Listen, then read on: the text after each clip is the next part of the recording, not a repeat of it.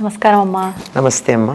అమ్మ, చనిపోయిన వారి ఫోటోలకి చాలా మంది నైవేద్యం పెడుతూ ఉంటారమ్మా. అసలు అలా పెట్టడం కరెక్టేనా? పెట్టాలని ఉందా? అసలు నిజంగా అలాంటి ఒక ఆచారం అనేది ఉందా? పెట్టడం వల్ల ఏమైనా ఫలితం ఉందా అమ్మా? పితృదేవత ఆరాధన ఉందమ్మా. దేవతలు పితృదేవతలు అని ఇద్దరు ఉన్నారు. పితృదేవతలను కూడా ఆరాధిస్తాం. దేవతలను ఆరాధించే పద్ధతిలో పితృదేవతలను ఆరాధించాం. వాళ్ళ పద్ధతి వేరు. ఓకే. పితృదేవతలకి పిండ ప్రదానం చేస్తాం, జలతర్పణాలు ఇస్తాం.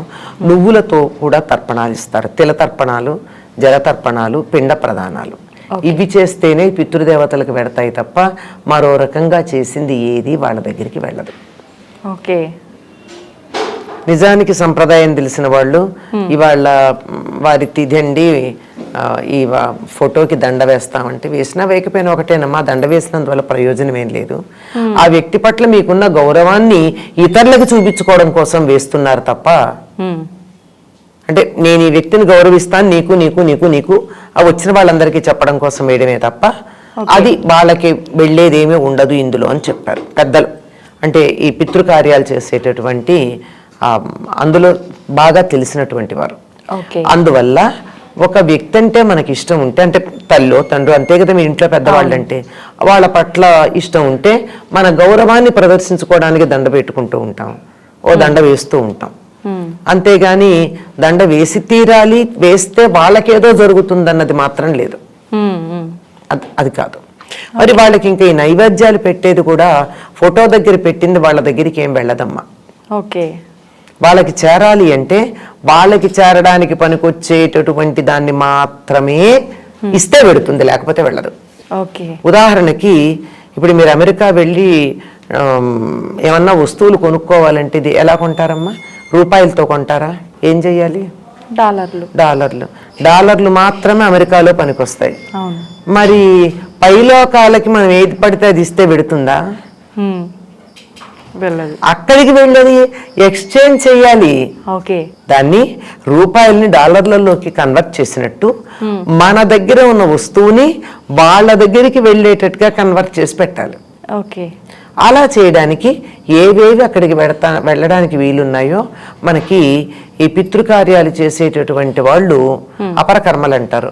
అపరకర్మలు చేసేటటువంటి వాళ్ళు స్పష్టంగా చెప్పారు, ఇవైతే వీలుంది, ఇవైతే వీలు లేదు అని.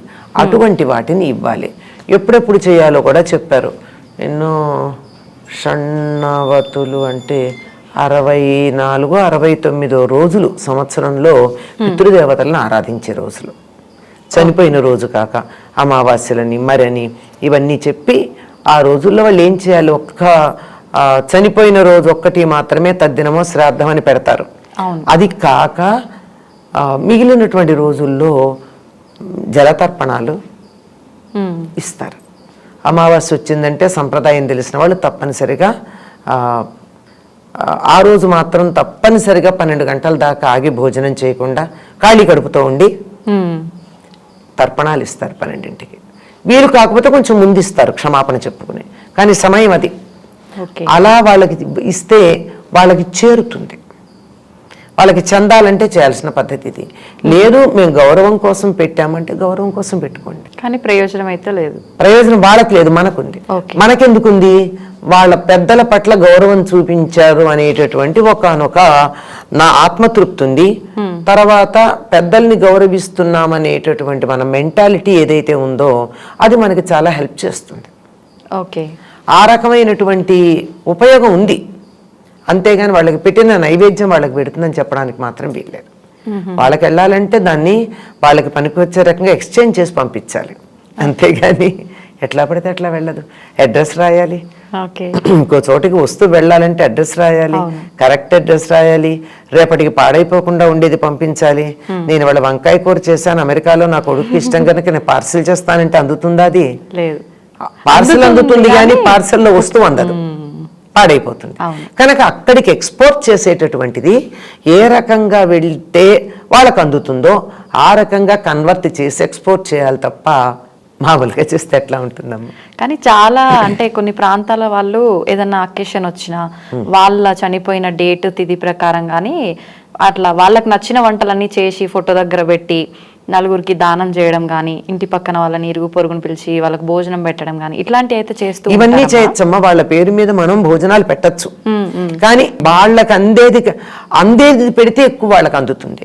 దీనికి తెనాలి రామకృష్ణుడికి సంబంధించి ఒక కథ కూడా ఉందమ్మా.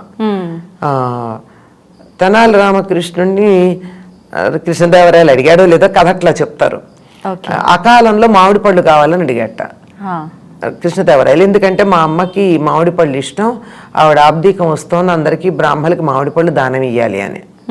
దొరకవు, ఏం చేయాలి? ఆ తర్వాత తెనాలి రామకృష్ణుడు ఇలాగే మొదలు పెట్టాట. ఏమనంటే వచ్చిన వాళ్ళందరికీ ఒక వాత పెట్టడం మొదలు పెట్టాట, కొర్రు కాల్చి. మా అమ్మకి ఇష్టం, మా అమ్మకి వాతాలు ఇష్టం కనుకనే వీళ్ళందరికీ పెడుతున్నాను. ఈ కథ ఉంది. అంటే నేను ఇంకేం చెప్పాను, కథ తెనాలి రామకృష్ణుడి కథ. ఓకే. అయితే అమ్మ ఇప్పుడు ఇట్లా వాళ్ళ చనిపోయిన తిథి ప్రకారం అంటే పిలిచి భోజనాలు పెట్టేటప్పుడు తిన్న వాళ్ళు వెళ్ళి తినే వాళ్ళకు కొంతమందిలో అయితే సందేహం ఉంటుంది, అట్లా పిలిచినప్పుడు వెళ్ళాలా వద్దా. కొంచెం అంటే ఇట్లాంటి 11 days 12 days కార్యక్రమాలు అట్లా చేసినప్పుడు కూడా చావు అనేసరికి ఒక రకమైన కీడు, వెళ్ళి తింటే మాకేమన్నా అవుతుందేమో ఆ వేలో ఆలోచిస్తూ ఉంటారమ్మా. అది కరెక్టే అంటారా? అంటే పితృదేవతలకి నివేదన చేస్తారు కదమ్మా, అందువల్ల పితృశేషం అంటారు దాన్ని, పితృప్రసాదం అని. అది తింటే ఏమవుదు, కానీ అది తిన్నాక మళ్ళీ ఇంటికి వచ్చి పూజ చేసి దేవుడికి వండి నివేదన చేస్తారు చూడు, అవును, అట్లాంటి వాళ్ళు తలస్నానం చేస్తారు అంతే, అంతకన్నా ఇంకేం లేదు. పితృదేవతలకు నివేదన చేసిందే కదా అక్కడ పెట్టేది, ప్రసాదంగా పెడతారు. మరి వాళ్ళు తీసుకున్నారా అంటే దాంట్లో ఉన్న దాన్ని శక్తిని తీసుకుంటారు తప్ప, వాళ్ళు తీసుకునే దానికి రెట్టింపు శక్తిని అందులో ప్రసరింప చేస్తారు తప్ప ఫిజికల్గా తీసుకోరు. వాళ్ళకి నివేదన చేస్తే అందుతుంది, తర్వాత వాళ్ళ శక్తి కూడా అందులోకి వస్తుంది. అందుచేత దాన్ని మనం తట్టుకోగలమో లేదో తెలియదు, ఎందుకంటే నా పితృదేవతలు వేరు, మీ పితృదేవతలు వేరు.